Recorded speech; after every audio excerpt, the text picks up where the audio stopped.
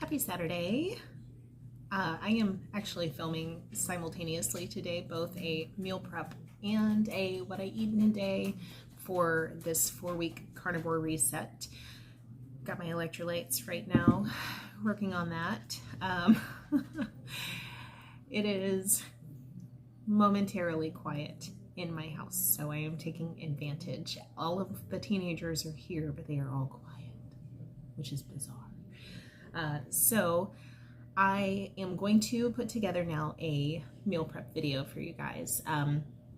My plan for this 4 weeks is really just to keep things simple. I don't have any major plans, and I have had a couple of people ask me what my intention is with this, so I will explain that.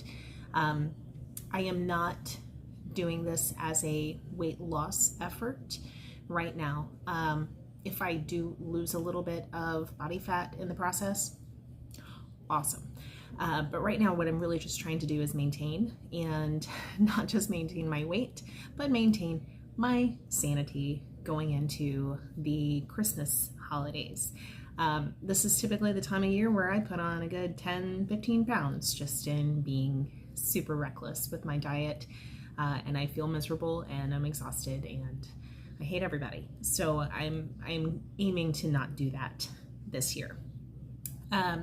Thanksgiving, I had a almost completely keto Thanksgiving. I had a couple of indulgences, and so I'm feeling the effects of that right now, as far as just kind of feeling a little puffy and inflamed.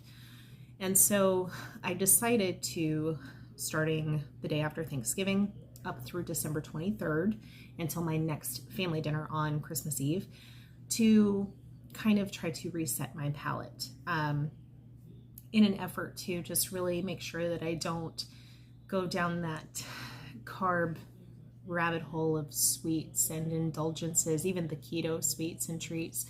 I just want to kind of cleanse my palate and go back to working on some really savory, nice, healthy, fatty cuts of meat, eggs, butter, all the things. I'm not going to be super strict with this. It is going to be a more relaxed carnivore approach, but really this is just to make sure that I have control over any cravings, and I have the discipline to get myself through until Christmas Eve without going nuts. So completely relaxed carnivore approach. Obviously, if you want to do something more strict or more relaxed, that's entirely up to you. This is just what I'm doing and hoping will work for me. So basically anything from the animal kingdom is what I'm going for. So this is going to include dairy, all meat, seafood, shellfish, whatever, eggs, any of that. Additionally, I am going to include seasonings, and I am going to include the sweetener in my electrolytes, but that's it. So nothing too crazy, but it still is something that's very easy to maintain. I'm not going to be tracking because, again, this isn't a mission to try to drive myself crazy or be really, really strict or feel restricted in any way. I just really want to have that mental and emotional control over my cravings, and I really find that being as close to zero carb as possible is the best bet in having that. So I would love for you guys to follow along. I am planning on checking in weekly and doing my meal preps, and just a check-in every Monday. Actually, since I'm starting this at the end of the week, I'll probably do a check-in on Fridays as far as if there is any improvement or change as far as my weight, or any noticeable improvements or changes with my glucose or ketone levels. I'm also going to include, I'm going to try and do a what I eat in a day video each week, which might include more than one day.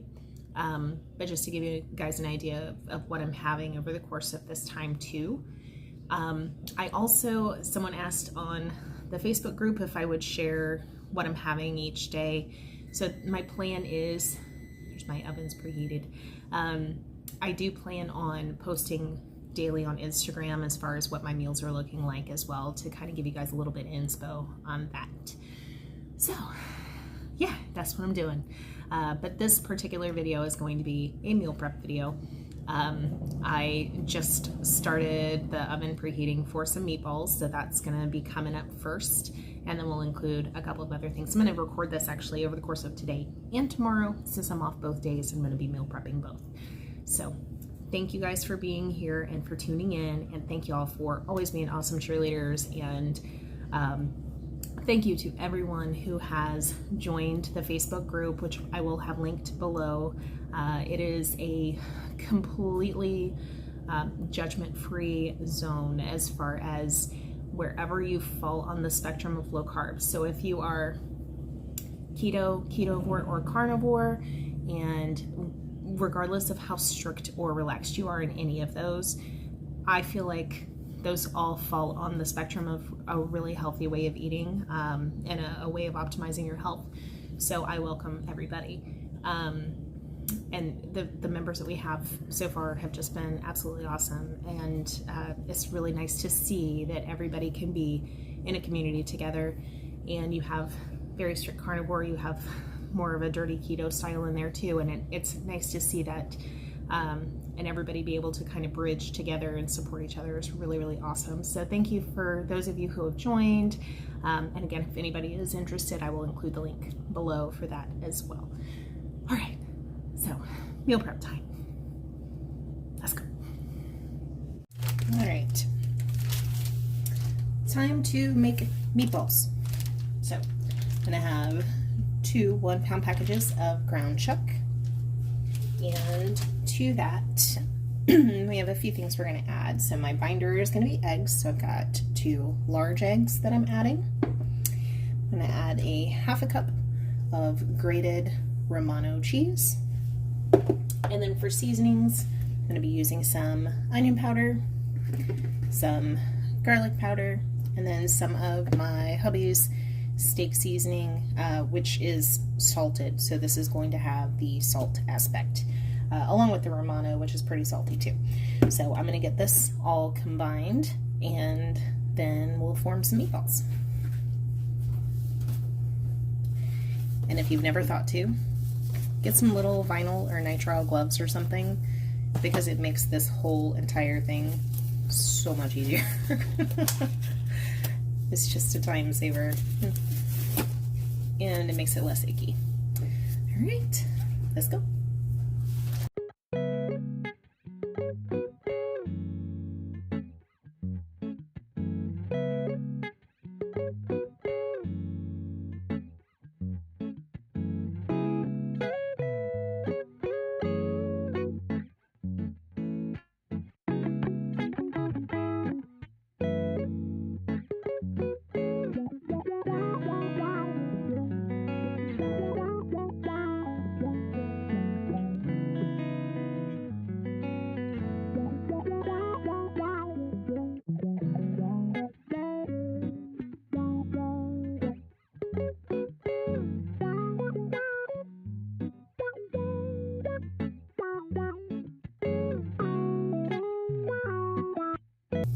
Okay, now to get these ready, this is what this should look like once it's all mixed up. I've really never seen a need to add breadcrumbs, so I don't worry about finding a keto or carnivore friendly replacement for that. But some people do add pork rinds to help as well, but I find that just having a little bit of grated either Parmesan or Romano cheese along with the eggs is enough. Basically what I'll do then is I make these into, I guess, about like 1.5 inch meatballs. So I like them a little bit bigger, so about this size, and then I'm just going to lay them all on a foil lined baking sheet to get them cooked up in the oven.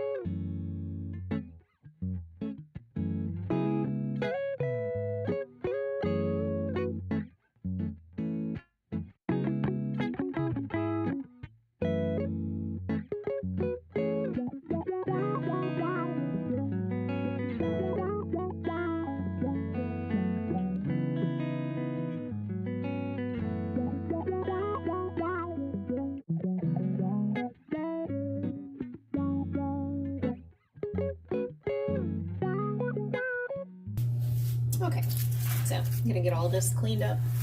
And in the meantime, so this made 17 of these meatballs, roughly, you know, they're all close to about the same size. And I'm going to take these and put them into a preheated 400-degree oven, and I will check them in about 18 minutes to see where they're at, and if I need to drain any fat off, because it kind of hinders them from browning and being pretty. But yeah, we're going to check back with them in about 20 minutes after they're in the oven. All right, just took these out. It was 26 minutes total, was what that took. And I basically am just going to kind of spin these a little bit to get some of that fat off so that they are ready. And my hubby just said that he's stealing some to make a meatball sub. You want to try one? I will. They're pretty good if I do say so myself. Okay, time to voiceover in my car because it's noisy. We're making egg cups. I have buttered my muffin tin to get it ready so nothing sticks. And I'm just using this ham. It's what was on sale. My son loves Black Forest ham, so I picked this up. Each serving is around a carb, but it's a few slices per serving. So I'm really not worried about this. I'm only going to use one per cup. And I'm just going to kind of press it down into the cup so that it kind of makes like a little basket. So we're going to go through. I'm going to put all 6 in here. I do have a 12 count muffin tin also, but I kind of wasn't really sure if I wanted to have these all week or just for a couple of days. So I'm just making the one with 6, just thinking that, you know, that'll be enough for the first couple of days of the week at least. The great thing about doing egg cups is you can vary them however you want. You can use any sliced meat for this, or you can leave it out altogether. But I do like the real thin ham for this. Next, I'm going to take 5 large eggs. You could do 6. You could just crack these directly into the tin. But I find that they kind of start to overflow if I have more than 5 to fill in 6 tins. So I'm going to crack all 5 of these. These are just your standard large eggs. I buy the normal grocery store eggs. Obviously, if you have access to something better or can afford better, buy them. But, you know, I've seen amazing success with just buying whatever is on sale at the grocery store. So I am just going to do those 5 eggs, and then I'm going to season this mixture. So I'm just going to use some kosher salt, which is really what I use for pretty much everything whenever I'm salting it. So I'm going to use a little kosher salt, a little ground black pepper. I went today to the grocery store to buy this because my husband has the coarse ground and I hate it. I hate like biting into pieces of peppercorn. So just got that. I'm going to use some onion powder as well, which I forget every time I use that how fast it comes out. And then a little bit of garlic powder as well. Those are my standard seasonings I do in pretty much everything. I also have this container of scallions, which you'll see come back out in a little bit, but just green onions. I'm going to put a small handful in here. I'm using these actually for a meatball soup that I'm making later today, but I've got more than enough. So I wanted to put a little handful in here just kind of for a pop of color, honestly. And I really, really like green onions in my eggs. So I'm just going to mix everything up. And for this, because I kind of have to scoop them into the egg cup, like into the cups, I want it really, really well beaten.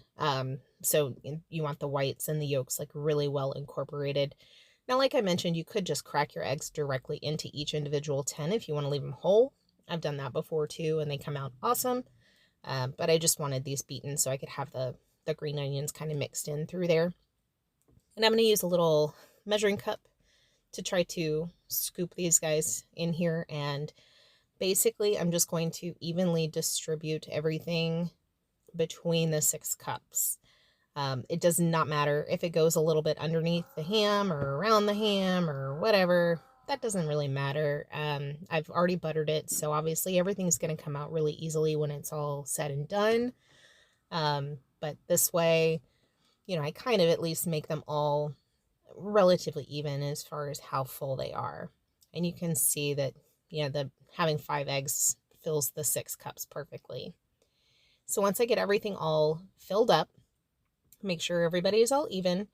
I am going to put a little sprinkle of cheese on top of each one. Totally optional, and you honestly can use whatever cheese you have on hand. I have a little bit of this double cheddar, and I'm literally putting a very, very small sprinkle on each one. So I guess maybe a tablespoon on each little egg cup, just for a little extra. So yeah, that's basically it. And then we're going to put this in a preheated 350-degree oven for about 20 minutes or until they are done. And that's it. I'll show you what they look like when they are all finished. Okay, real quick, just wanted to show you what these look like out of the oven. They did shrink down a little bit as they cooled, but these are perfect for lunch this week, or for breakfast this week. Okay, time to make some meatball soup. So I have a 32-ounce container of beef broth. Obviously homemade bone broth would be even better, but I did not have any more of the beef broth on hand that I'd made. So I just settled for this. The 32-ounce one, I'm doing it in my big stock pot so that there's a lot of surface area to cook the meatballs in there. And I'm just going to get this on high so it'll start boiling. And in the meantime, I'm going to start mixing my ground beef for my meatballs. So this is just 1 pound of ground chuck that I thawed earlier today. And I am using my little nitrile gloves again because anytime that I'm like forming meatballs or mixing ground beef, it just makes it less messy. And it seems like I'm so much more efficient without actually like getting all of that ground beef like under my fingernails and stuff. So I'm just going to put this in my mixing bowl and then season it up and get everything well incorporated before I make the meatballs to drop in. And hopefully by then the broth will be at a boil so it can cook the meatballs. You can also always like brown these in a pan and then put them in the broth, but I really like cooking them in the broth this way. So I just feel like they end up with more flavor. So this is some of Richard's steak seasoning. Again, it is salted, but I can't tell y'all what he puts in it. Then I'm going to use a little bit of garlic powder. Again, this is a staple that just goes in almost everything that I make. And then, of course, I'm going to use some onion powder as well. I'm going to try and pay attention to how much I'm dumping in there this time. And then some black pepper. And black pepper, now that I've got my the better little container, and man, I sneezed like right after this because black pepper always makes me sneeze. But I'm going to go ahead and get this all mixed together and really well incorporated. So all of the spices, all the seasonings are really well mixed in to the meatballs. My surface is clean, so I don't mind just throwing it right back in there. Plus it's getting cooked. So I'm not really a germaphobe on that. But yeah, once it gets all well incorporated, you can also add like an egg in here if you feel like you need a binder, but I feel like they do just fine without it. And once it's all mixed together, you can make some meatballs to put into the broth, but you want to wait until the broth is boiling before you put them in there. I make these bite-sized basically so that as I am eating this like a soup, I can have a meatball on my spoon and it's like each one is a bite. So I'm sitting here going back and forth like maybe it'll be easier if I try and do this with a spoon. No, it's not. It was easier for me to just grab them and try to make meatballs. So that was a fail. So just, ignore my nonsense. I guess I really need to invest in like a cookie scoop or something for this. But basically, and I'm going to try and speed this up a little bit for you guys, but basically I just started making meatballs and setting them off to the side until I got to where the broth was at a boil. And once it hit a boil, I went ahead and started dropping them in. So some are going to have a little bit longer cook time than others, but I'm not super worried about it. But they're all just that, probably maybe about a ½ ounce or so sized ball, just to have it as like a bite-sized ball. And once I get everything and I notice that the broth is starting to boil is when I get ready to drop some of them into the broth. And basically what we're going to do is let this boil with the meatballs in there until they're cooked through to your liking. I like to cook Ground meat, usually I like to do well done, just because frankly, I just don't like the texture of rare or medium ground beef, where I will eat steaks and roasts and things like super, super rare. When it comes to ground meat, I don't know why, it's a texture thing. But basically I just drop them all in there since it's boiling, and as I'm making them, I'm just kind of throwing them in there as I go and get them all in there. And the way that broth is, it's maybe like 1.5 inches deep, since that's such a big pot, but that way I can fit all of the meatballs in there, and they're all not stacked on top of each other, but all fully submerged in the broth, so they're cooking thoroughly, and I don't have to worry about like trying to flip them or anything while they're in there. They're just kind of boiling in the broth. And so basically what you do really from this point, once you get everything in there, you just cook them until they're cooked through. Once I get them all in there, I actually drop the temperature down to like a medium low, where it's still simmering, but not like a violent boil anymore. And at that point, I just let them hang out on the stove. Give them a little while until it's time to eat, which, you know, is actually a little while from now. So once they're fully cooked through, I'm probably going to drop it down to low and let them hang out. You can also, I definitely recommend, this is kind of an adaptation. Yeah, I tried to show you. It didn't really work. This is kind of an adaptation of a recipe from Steak and Butter Gal, where she was making her egg drop soup. So I have done this and added egg drop as well to make it super tasty. But I will show you what this looks like when it is all done. Alright guys, here's the finished product. As you can see, I did not drain any of the fat off. So all of the rendered fat from that ground chuck is in there with the broth. So I just scooped out a few of the meatballs and some of the broth over it. And I'm going to put just a few green onions on top. And this is the best. I have made this a few times when I've been like under the weather or my allergies have been acting up and not feeling great. And this is like chicken noodle soup for the soul. Obviously Mosey likes it too. But yeah, that's how it turned out.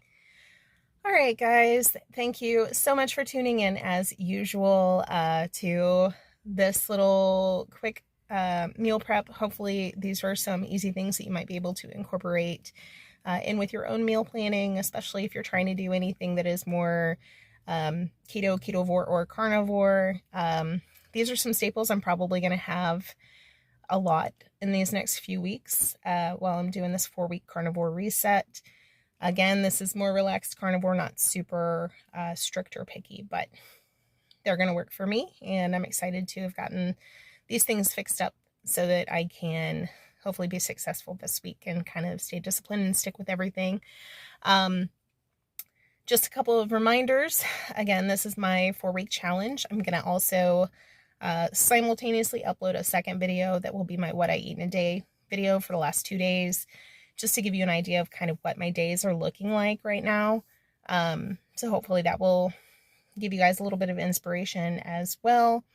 My goal here with this particular challenge for myself is just to stay disciplined and stay feeling good.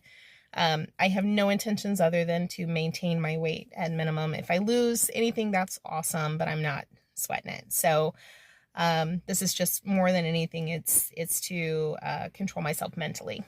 So I hope that, you know, maybe that encourages you to do something similar to keep you on track through the holidays.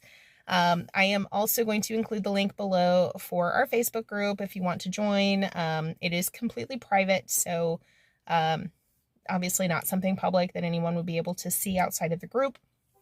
And something that I hope everybody finds to be very welcoming. So whether you are keto, ketovore, or carnivore, everybody is welcome in the group. So I'm going to include that below. And I will see you guys another day this week. Probably, you know, get another couple what I eat in a days in to give you all an idea of what is going on. I just took the dog for a walk, so I'm kind of winded. And I'm having to film in my car because it's so noisy inside. So that's it. Yeah, it's the end of the weekend. Tomorrow's Monday morning, and we're going to crush this week. So thank you all for tuning in. If you've lasted this long, I appreciate it, and I will see you very soon. Love you, mean it. Bye.